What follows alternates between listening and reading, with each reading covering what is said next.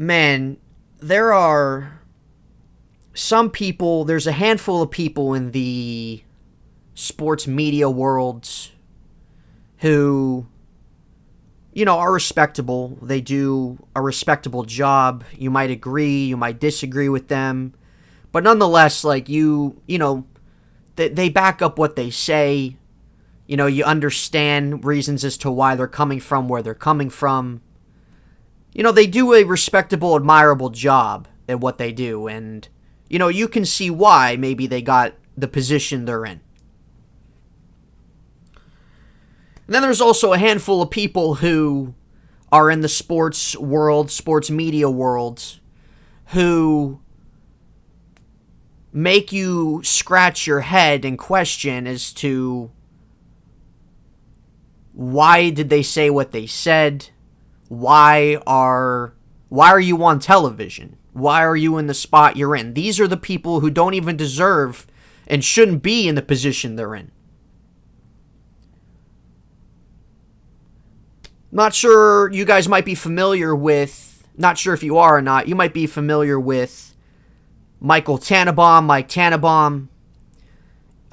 If you don't know who that is, or you can't, maybe the name sounds familiar, but you're not really sure who.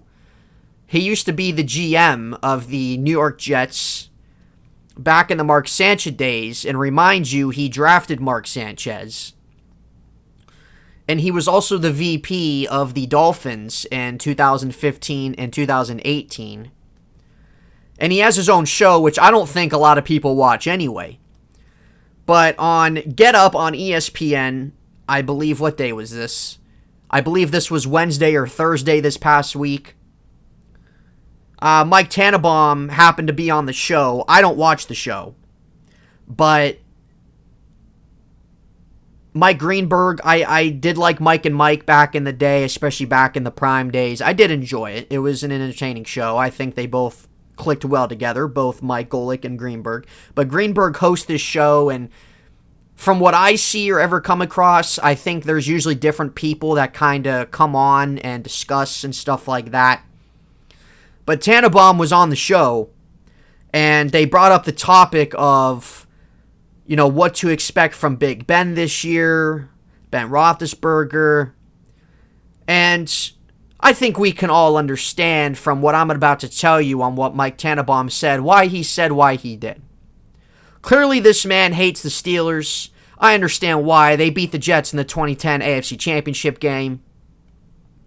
I understand that the Steelers are good at drafting and developing talent and being a stable franchise, rather than you were with the Jets, where you couldn't develop talent, you couldn't draft talent, and the franchise has been an utter disaster for how long now? But anyway, Mike Tannenbaum, this is my point, what I'm about to tell you.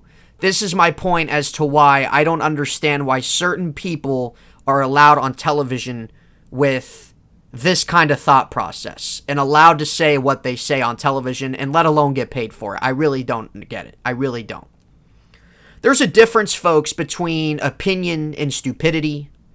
Opinion is where you actually have something and reasoning to back up your thoughts and why you're saying what you're saying. Stupidity is something where you're just spewing something that doesn't really make much sense, and you're just saying it to say it, and you don't really have any kind of reasoning or any kind of functioning brain cell to explain why you said what you said. So what Mike Tannenbaum said on Get Up on ESPN, like I said, I think this was Wednesday or Thursday morning, he said that he thinks Big Ben is going to be absolutely terrible this season. He thinks Big Ben's going to get benched in the middle of the season. And he thinks Big Ben's going to be, if not one of the worst quarterbacks in the NFL this upcoming season. Now, that's not the exact statement from statement that he said. I don't care to go back and watch the video. I didn't even watch the video. I saw what was said textually, in text, from what he said, and I'm not going to bother listening to it or watching the video. Why would I? But that is the basis of what he said on Get Up. And I'm sitting there reading this, and I'm like, there's a reason why ESPN ratings go down. There's a reason why a lot of people don't watch these shows on ESPN anymore. And it's not just because of like somebody hating on the Steelers. It's the personalities. It's the people they have on those shows a lot of times. ESPN has fallen from grace year by year. I mean, ESPN used to be, at least in my eyes, highly regarded. They had good shows, good personalities, and they either went somewhere else on a different network or ESPN fired them. And now ESPN fills their shows with a whole bunch of people that don't understand what they're talking about, have never played a sport in their life. And I understand Mike Tannenbaum. He's a former GM. He's been a part of the NFL. I get it. That's a little bit better than some people you just kind of pull off the streets and just say things to say things and have never held a football in their life. I get it. I understand Mike Tannenbaum has that background and everything like that. But, okay, great. He has that background, but at the same time, he's causing everybody to get stupid. He's causing people to lose brain cells. He's causing people, I don't want to say to get stupider, but, people just by listening to him alone are getting stupider. Not that they're stupid, but they're you don't want to trend down that area, and he's doing that. He's making people dumb just by, or feeling dumb just by listening to him alone. From what I've seen, a lot of people don't like him or his analysts or anything like that. That's why a lot of people don't watch his show anyway. But nonetheless, this absolutely, it didn't make me mad because he said this last year, I believe. Maybe it was somebody else. Correct me if I'm wrong. But I'm pretty sure Mike Tannenbaum, I mean, he from things he said in the past about the Steelers, he holds something against them. And it's not even, yeah, there's people who, analysts out there who talk bad about the Steelers a lot, and maybe they don't have anything personal against them, but you can tell with how he comes off and what he says. He just has this personal grudge against the Steelers. You can easily tell. But I had to come on here and start the show with this because this is what I'm talking about, folks. This is what I'm talking about. This is why I don't listen to a whole lot of people in the sports media. There's a very, very, very few amount of people I listen to. And later on in this show, I'll get to who I listen to because I'm going to talk about it as it's relating to what our topics we're talking about throughout this show. But this is prime example A, folks, as to why I think a lot of people don't really care to sit and tune into sports shows on television or even listen to radio. Sports radio's kind of dying too. But this is prime example A. And what he said, if you agree with that, I don't know what to tell you at that point. Really, I don't really think there's much hope for you at that point. It's okay to think Big Ben's not going to be good. It's okay to think that you don't really expect a whole lot from him this year. I'm on the opposite fence of that. I'm not saying it because I'm a Steeler fan. I said this before, and I'll say it again. I don't include biasy into what I say. I don't like that. Yes, I understand I have room full of Pittsburgh stuff. Obviously, I'm from there. I love Pittsburgh teams. But I'm not going to implement biasy into what I say. You can think I do maybe sometimes. That's your prerogative. That's your opinion. That's fine. But I know personally in my heart that I don't. But nonetheless, it's okay to think that maybe you don't think that he's going to do a whole lot. Maybe you think that he's done. Or maybe you think he has a little bit left. You think he's going to be average. Maybe you think he's going to be good. I don't know. But to say that he's going to be benched next season and not play, and he's going to be, if not the worst, one of the worst quarterbacks in the league, I don't know what to tell you. And if your reasoning is, oh, well, he has a bad offensive line. Well, that's what he had last year. He threw 33 touchdowns and had 10 interceptions. I don't know what to tell you at that point. Oh, well, he can't get the ball down the field. He actually did. His arm strength isn't the problem. I think when you look at last year, it's more of his lower body mechanics is kind of what held him back, and he wasn't very accurate. but his receivers did drop a lot of passes from him, and he would have had more passing yards, more touchdowns, probably even a higher completion percentage, probably even a better quarterback rating if you're into that. I don't understand this prerogative and this narrative that Big Ben was complete trash last year. I really don't get it.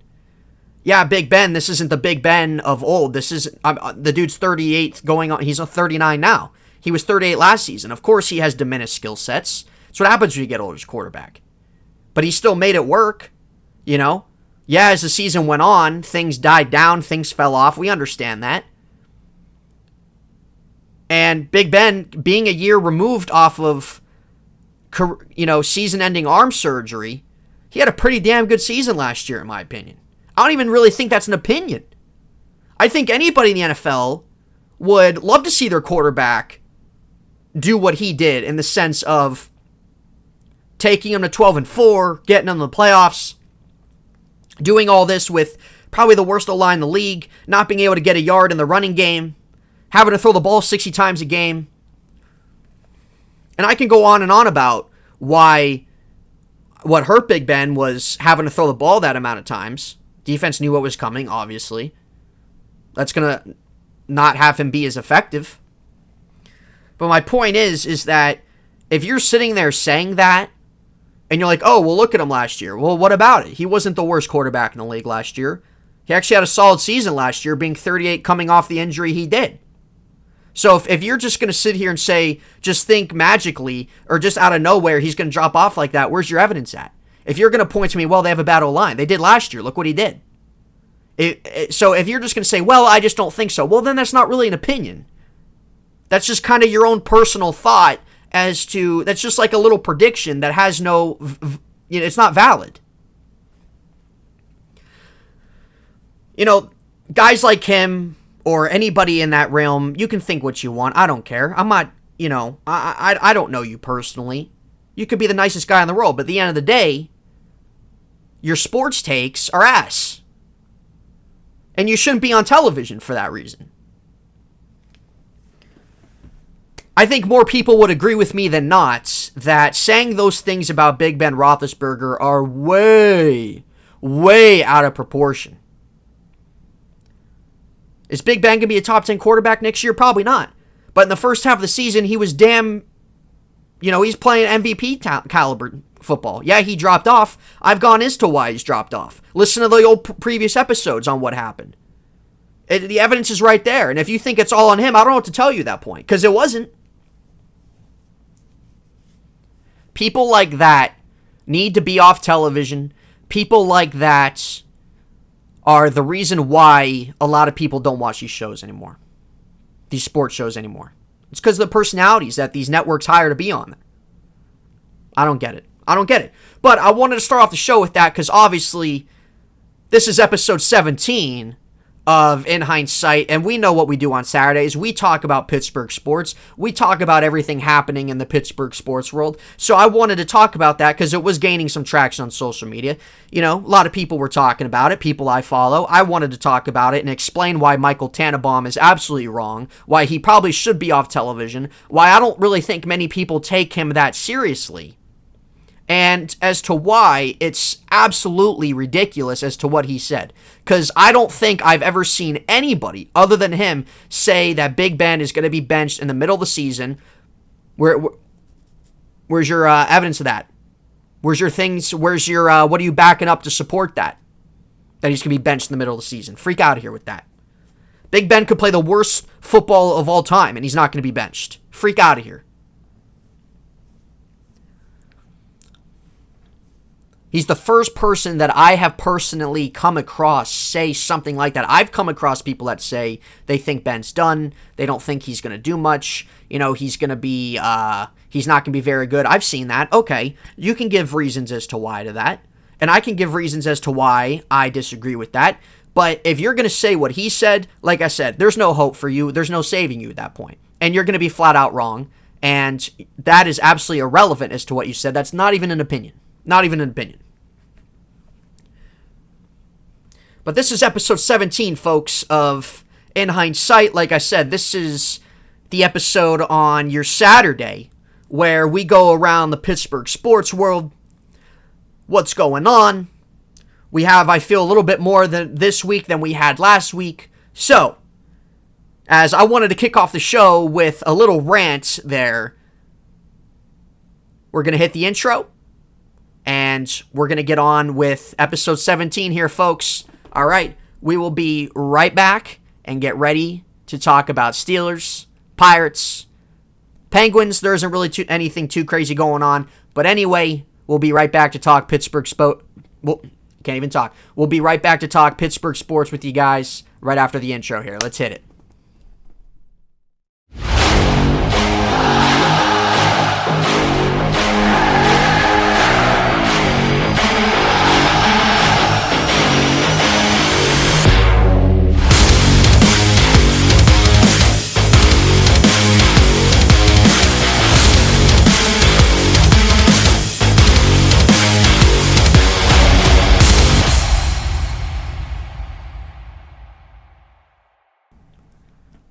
Alright, welcome back here, guys. Episode 17 of In HEINTZ SIGHT.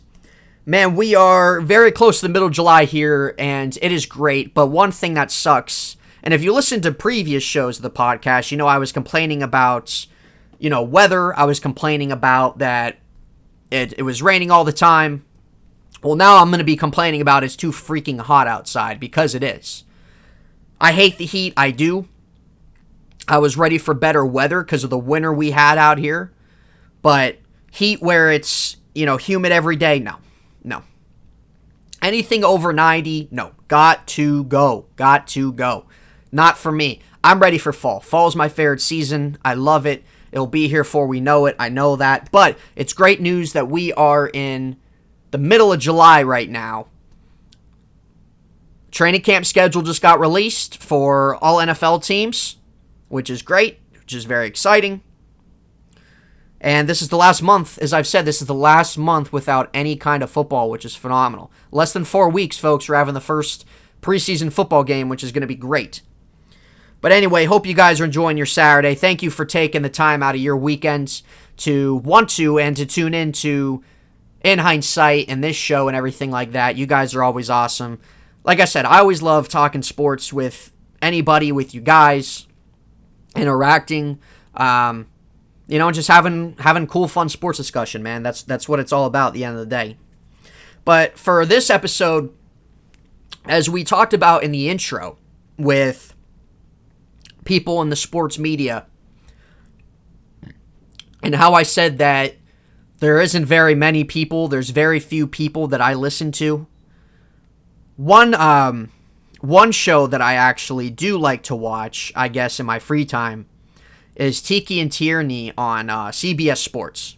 I actually really enjoy them. I think they complement each other well.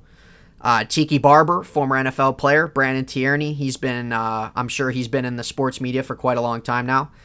But anyway, I think they do a good job. There's no biasy. You know what I mean? They're just themselves. And they go all around sports and stuff like that. And I think they have a good personality and, voice in regards of that kind of catches your attention. You know what I'm saying?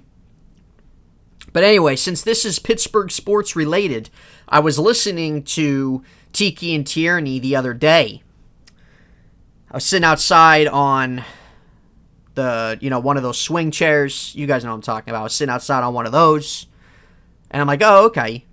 They're going to be talking about some, under-the-radar teams, some teams that are maybe being looked over a little too much. Tiki Barber mentioned that his was the Steelers. And Tiki Barber pretty much was saying that he had the Steelers going 12-5. Okay, I think every Steelers fan likes to hear that. But he was talking about, again, he was pretty much counter-arguing what Tannenbaum was saying. Not specifically, he wasn't doing that for that reason, but he was saying the opposite of what he was saying, pretty much. That, he needs, or it's hard for him to see Ben and Tomlin fall off. Tomlin's never had a losing season. I've talked about this stuff on previous shows before. If you want to go back on Spotify, and if you want to listen to any of that discussion, you'll see it. It's on there, and you'll see things in the description about it. But, like, I don't understand why people think the Steelers are just going to fall off. I don't really get that. They just won 12 games a year ago. I don't really get it. And so Tiki Barber was saying the same thing, that he doesn't see Tomlin having a losing season. The Steelers he was talking about how they have a great defense still, which they do. I believe they were ranked 3rd overall last year. Yes, they lost Mike Hilton. Yes, they lost Bud Dupree. Yes, they released Steven Nelson. But the thing is, you're replacing Dupree with Alex Highsmith, who showed a lot of great things last year and shows he has a very high ceiling. And he showed a lot more than what Bud Dupree did his rookie year.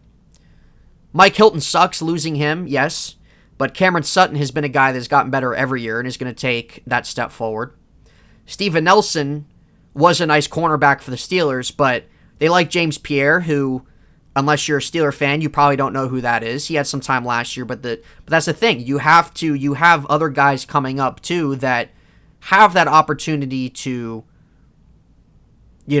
flourish, right? And that's kind of the opportunity James Pierre has in front of him. But the thing is, the Steelers still have, even without those 3 guys, they still have one of the best defenses in the league. And that just talks about how well-rounded and balanced the defense is. So Tiki Barber was talking about that. He was talking about, he doesn't see Big Ben falling off like others do or anything like that. He was talking about, what Big Ben did last year, and that, yes, they fell off, crediting O-line problems, running back problems, passing all the time, stuff like that. But he was giving specific reason as to why that he thinks the Steelers are going to be a successful team this upcoming season, why he still sees and thinks Big Ben has some gas left in the tank. And if you want to listen to that, you can, because honestly, he was saying really the same things I've been saying. That Big Ben finally, he has an upgrade at running back, yes.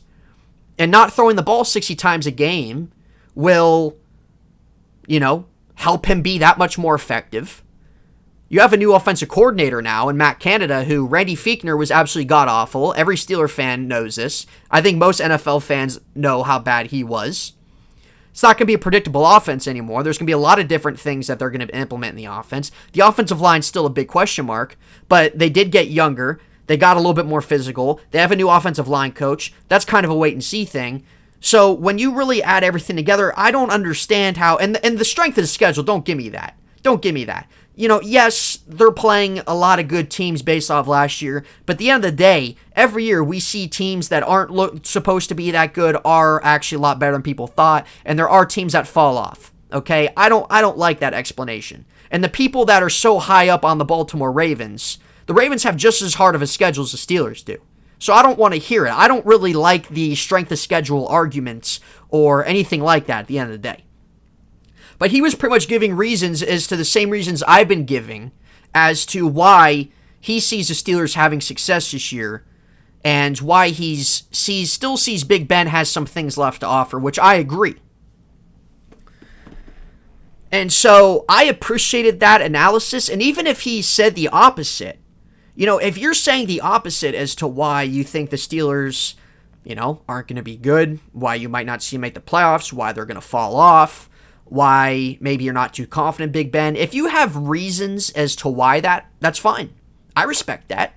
But if you're just going to say things just to say them, maybe it's to gain, any kind of listener. Maybe it's to gain some kind of controversy or talk or things like that, which people like to do. But at least give me reasons. Back up as to saying what you're saying. Have some standards, dude. Have a backbone. Give some reasoning as to why you're saying what you're saying. I don't know. I don't know what else to tell you guys. I don't know what else to tell you. Here, we keep it real. We give reasons. We give explanation as to why we think things and things like that and why our opinions are the way they are. Some people don't like to do that, which, that's what I'm saying. What they have to say is irrelevant. But nonetheless, to all the Steeler fans out there, if you're interested in hearing what Tiki Barber has to say, It was pretty good an analysis. It was. And that's what I'm saying. That's why a show like that, they give good analysis. You know, they go in depth. They give good detail. They give things as to why they think what they think. And I think that's what a lot of sports shows in today's world on TV or even radio lack, to be honest with you. I really do. But anyway, I think the Steelers I think the Steelers are going to be right there in the AFC North with Baltimore and Cleveland. I know I've seen a little bit of people who think the Bengals might be a team to watch out for. I don't really see it yet. They're treading in the right direction, but I don't think they're quite there. And I like what they've done. I do. But I still don't think they're quite there yet. I think the other three teams are much superior. But I think the Steelers can be right there with Baltimore. I think you can make the case they're better than Baltimore. Really, I do. I really do. I really think you can make the case for it. I said this before, and I'm not saying this because I hate the Ravens or anything like that at all. When I look at all the teams that are talked about, I think Baltimore is one of the most overhyped teams this year. I think they'll be a solid team. I think they definitely have a big chance to make the playoffs, try to have a deep run in the playoffs for sure. They could win. They have a good chance of winning the division again this year. They do. They're a respectable team, and they're a well-ran franchise. They have good stability, you know, every year throughout the years.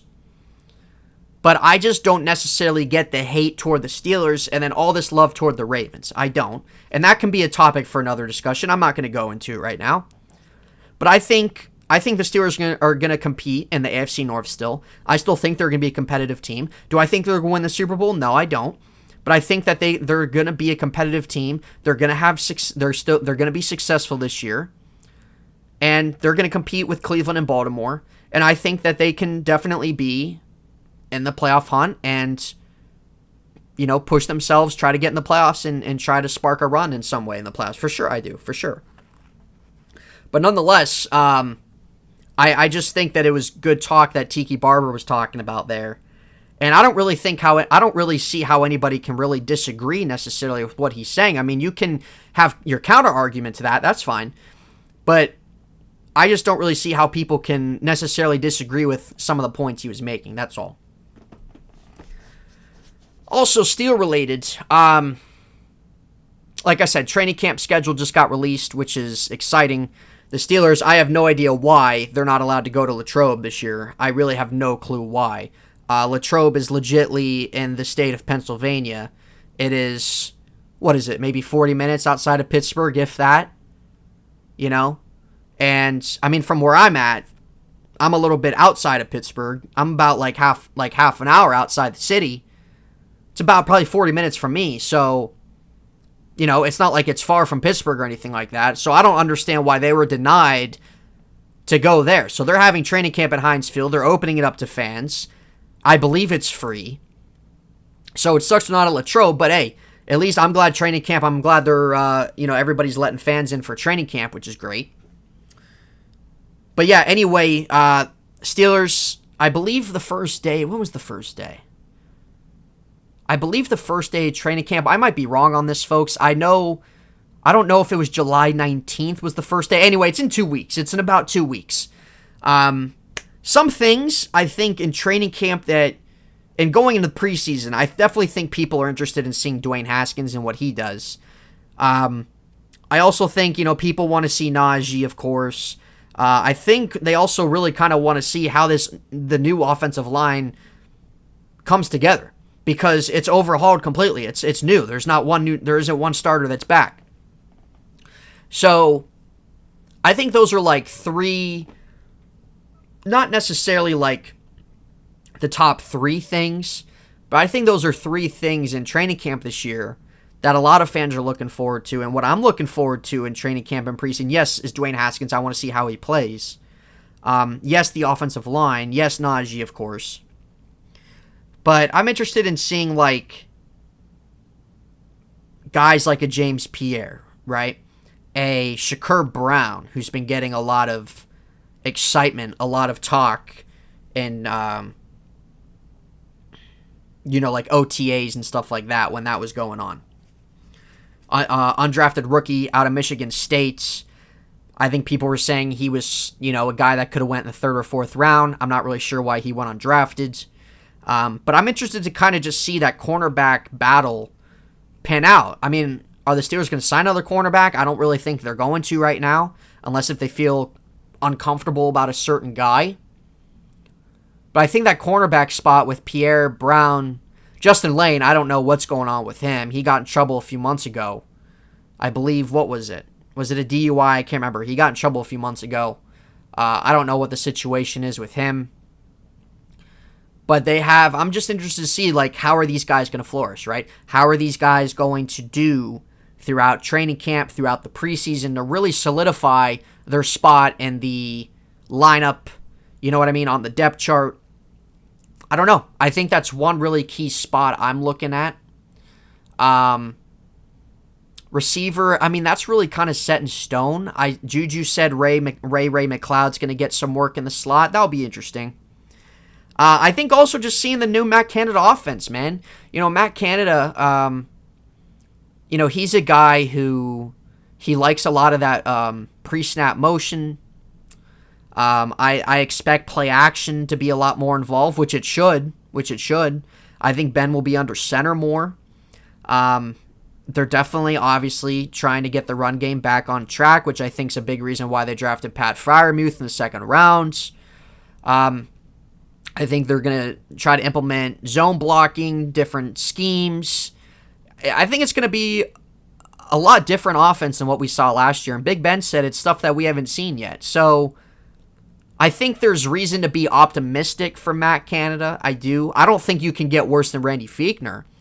But we saw, pre-snaps, when people were in the pre-snap motion, the jet sweeps, those things tended to work. Now, you don't want to overdo it, which I hope they don't. You don't want to overdo it. But when they used McLeod, when they used Chase Claypool in it, it wasn't bad. It was successful at times. But you don't want to overdo it, which I don't think they will, but you don't. But I like the notion of Ben being under center more. I'd love to see week 1 against the Bills, Ben come under center and just play action pass it and throw a bomb down the field to Chase or something like that. That would be phenomenal. The first play of the season, that would be great. Hey, man, we got whole new offense here. You know what I'm saying? We told you. You didn't listen. We told you. I think that would be great. But regardless, though, I think Canada's offense is definitely something that is more higher up in regards of what we're looking forward to seeing and how this new offense is looking. But I'm excited. Training camp, a couple weeks or so. Preseason can't get here soon enough. I think football season, I feel like it's kind of come fast. I feel like every year it's kind of, it feels like it's been forever. But I don't know. I feel like this year, for some reason, football season's kind of coming pretty quick. I don't know why. Another thing, too, Devin Bush, man, I don't know what's been going on with his tweets the past week or two, but my God, I hope the Steelers got a hold of him or something like that, because he's been putting out some very disturbing things. I don't need to get into it. I'm not really going to get much into it at all, but holy smokes, dude. I think Devin Bush is primed for a nice bounce-back year. I really do. I think he's very talented. He had a nice rookie season. Unfortunately, he got hurt last year, tore his knee out. Season ended, ACL, all that stuff. I think as long as he's healthy, I expect him to have a nice season this year. But, dude, off Twitter, man. Off Twitter, please. Hopefully the Steelers said something to him. I think he's calmed down a little bit, but my God. I'm telling you, dude. Just absolutely ridiculous with some of the stuff he was putting up. You know what I mean? And I'm not somebody who, I'm not one of these guys saying, oh, it's a distraction or anything like that. But I'm just saying, there's some stuff it's dude, what's going on, bro? We're just looking out for you. We hope you're all right. Nonetheless, Devin Bush, fingers crossed for a good season this year. I think he'll have a nice bounce back year. But transitioning out of the Steelers, Pittsburgh Pirates. There's a few things about the Pirates I wanted to get into. Now, the Thursday game against the Mets. The Pirates are playing the New York Mets right now in a best-of-4 series, I believe. Thursday's game got rained out, postponed to Saturday. There's going to be a doubleheader today. Now, Max Crannick. Okay, it's all the Pirate fans out there. I'm sure you remember him. Max Crannick started a few weeks ago. He's a prospect of theirs, AAA pitcher. He got called up for his debut a few weeks ago. I can't even remember who they played. He threw 5 perfect innings. Then the following day, the Pirates sent him down because they were going to Colorado, and they wanted an extra arm in the bullpen, which, okay. But then it's like, you can't call him back up for like 15 more days or something like that. It's like, why? Yeah, for Cody Ponce? Really? For Cody Ponce. Okay. But anyway, Max Crannick is supposed to be starting the second doubleheader, I believe, of today. And I'm actually very excited to watch him. I'd love to see him kind of flourish into something because he had a great start, his first start. So let's just hope that he can flourish into something good for this rotation because this rotation needs it. This rotation's terrible. JT Brubaker has really kind of only been the only positive thing out of the rotation, really. Tyler Anderson's been a little bit better. Steven Brault's been out all year. Chad Cole had a nice start. His last start went 6, gave up 1. But still, Chad Cole isn't a starting pitcher. Mitch Keller's still in AAA. He's pitching well in AAA from the sounds of it. I don't know. Who knows when he's come back up. But anyway, Max Crannick, we know this rotation needs some kind of bolster to it, and hopefully he can be that. But some injuries, though, in the minor league system, O'Neal Cruz and Roansy Contreras, those are 2 guys that are highly regarded prospects of the Pirates. Roansy Contreras just entered the top 100 amongst all MLB prospects. O'Neal Cruz is, I believe he's their second-ranked prospect, I believe. But they're going to be on the 7-day injured list in Altoona. Now, with how Roansy Contreras has been pitching, I've thought that he might be able to finish this season off in AAA. I still think that's possible. O'Neal Cruz, they were trying to get him more work into right field and the outfield, which I think is probably expected of the move he's going to have. He's had quite amount of errors at shortstop. He's a 6'7" shortstop, which is insane. So I think it's definitely expected he's going to be an outfielder once he's officially called up. But maybe he might be a guy that's able to make his way up to AAA before the season starts. I'm not really quite sure. But there's a lot of excitement around those guys. But anyway, they're out on the 7-day injured list. Brian Hayes, he's been hitting the ball again. He was in a slump for about a couple weeks. So he's been back hitting the ball and everything like that. But the Pirates beat the Braves 2 games out of 1. They just played Atlanta. And they got absolutely smoked that last game. My God. But anyway, the Pirates going to be playing the Mets. Who knows what they're going to do. This is the last series before the All-Star break. And speaking of All-Star break, so we know Adam Frazier was officially announced as the second baseman for the National League All-Star game as a starter. Brian Reynolds, which I think he was very well deserved, but I honestly I didn't really think he was going to make it as a reserve. I was hoping he would have. But he made it as a reserve, which is great and good for him. He's had a great season, and I think it's really cool to be able to see a guy like that make his first All-Star appearance in his 3rd season. But now Adam Frazier, we don't know what's going to go on with him. We know there's a bunch of trade speculation around him. I think it's expected that he's going to be moved. Where is the question? When is the question? But it's been reported that the Pirates are listening. But apparently it's just like the ask is skyrocketed, which it should. I've said this before. You're not going to move Frazier just to move him. Okay, you got to move him if the price is right. And for some reason, if it's not, maybe you move him in the offseason. That's always possible.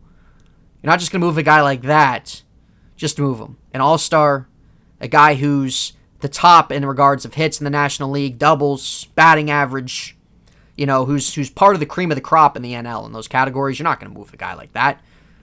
One of the best leadoff hitters around the league. You're not going to move a guy like that just to move him. I don't know who the Pirates are going to get, man. I really don't. There was some talk about the Mets. There was some talk about the White Sox. We talked about that last week. I don't know. I hope that the thing with the Pirates is that they have promising young guys, but a lot of these guys are in Class A, Double A, and they're still a little ways away. I'd love to be able to see them maybe get a guy that's maybe a little bit closer than just straight and low high A.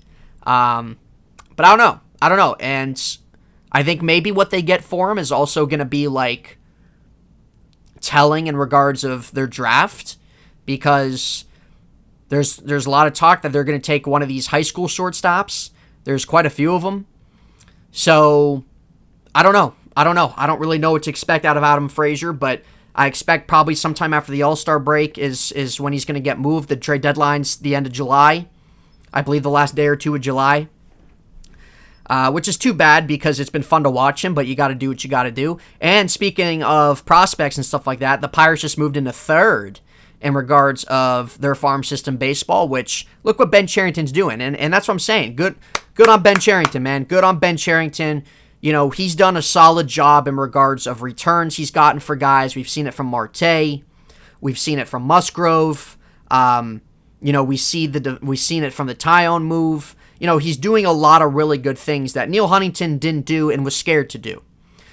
The only thing I'm worried about is once these guys come up here and are producing and the Pirates are finally in their contending situation that they've been building to, or they've been building toward, what's Bob Nutting going to do? You're going to pay these guys? Or are you going to move them once they're close to being done with arbitration? Yeah, let's kill the fan base again, Bob. That needs to change. So once these guys, once the haze, you know, keeps, you know, throughout the years, even a Reynolds, Peguero, Gonzalez, Swaggerty, O'Neal Cruz, Priester, Contreras, Yajure, Brendan Malone. Yeah, you better be giving these guys some contracts, man. But anyway, it is exciting to see that the Pirates have finally, you know, built a good farm system because they were lacking that for a really long time. So it's good to see that they're finally doing that. So fingers crossed that, you know, Ben Cherington's doing his part, but just fingers crossed that, you know, things can keep progressing and a lot of these guys can develop and flourish into nice players and the Pirates can keep that core for a while. Fingers crossed on that. But anyway, we'll see what they do against the Mets. Like I said, it's a series of 4 before the All-Star break. And like I said, I'm excited to see Max Crannick pitch in this doubleheader, which it's believed he is. So I'm excited to see that. Brew Baker pitched Friday. I believe Anderson's pitching the first game, and then we're going to have Crannick, I believe. Steven Brault is also finally getting back to pitching, and he's going to have a rehab assignment with Single A. So we'll see. He'll be on his way back up.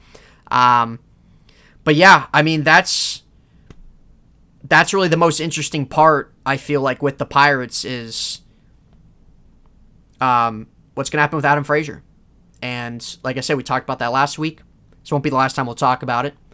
But maybe, I think really that hot spot is probably sometime after the All-Star break. I think really probably that, I wouldn't be surprised if it's that week of the trade deadline, maybe on the trade deadline. I don't know.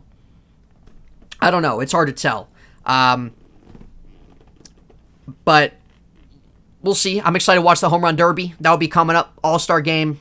But it's cool that Frazier and Reynolds made it. So again, we'll see what happens, but nonetheless, I mean, that's really the gist of everything happening in Pittsburgh sports this week. That's really kind of the news going around and some of the things I want to discuss on today's show about, you know, some of the sports media, you know what I mean, what we said in our intro, kind of the outlook of the Steelers this year as we're sitting here right now. You know, and just kind of wrapping up with Pirate news. I mean, Penguin news, you know, obviously, the Lightning won the Stanley Cup. We're officially in the offseason for the NHL. But the expansion draft's coming up, which is very exciting, and we'll be talking about when that happens. You know, Penguins are primed to lose probably a guy or two in that. But it's just, there's nothing going on in the Penguins world. So, you know, we'll see once we kind of get closer to the expansion draft, the NHL draft, and once free agency hits, because they got to make a couple moves in regards to bringing guys in, specifically goalie. So, fingers crossed on that. But anyway, that's going to wrap it up here for episode 17 of In HEINTZ SIGHT. Can't believe it's already at 17. We'll be back here tomorrow for 18. Got a good bit to talk about for your Sunday episode. I was going to have stuff this week, but I just got so busy with work, and there honestly wasn't anything I felt like that was really worth kind of talking about throughout the week. So that's something we're trying to implement is we're doing, obviously, our shows are Saturday, Sunday right now. And I do want to implement an extra thing of content throughout the week, but, we'll kind of see what happens as that leads up to it. But good bit to get into tomorrow. NBA playoffs. Like I said, Lightning won the Stanley Cup. We'll kind of dive into it a little bit tomorrow. A few things NFL related we'll get into. But nonetheless, guys, enjoy your weekend. Thank you so much for tuning in to In Hindsight, taking time out of your Saturday to listen to this show. I'm excited to be back here Sunday. Looking forward to talking to you guys and having a great sports discussion, everything like that, the whole shebang. So we'll see you then Sunday. Enjoy your Saturday, guys, and I will talk to you then. All right, guys. Talk to you later.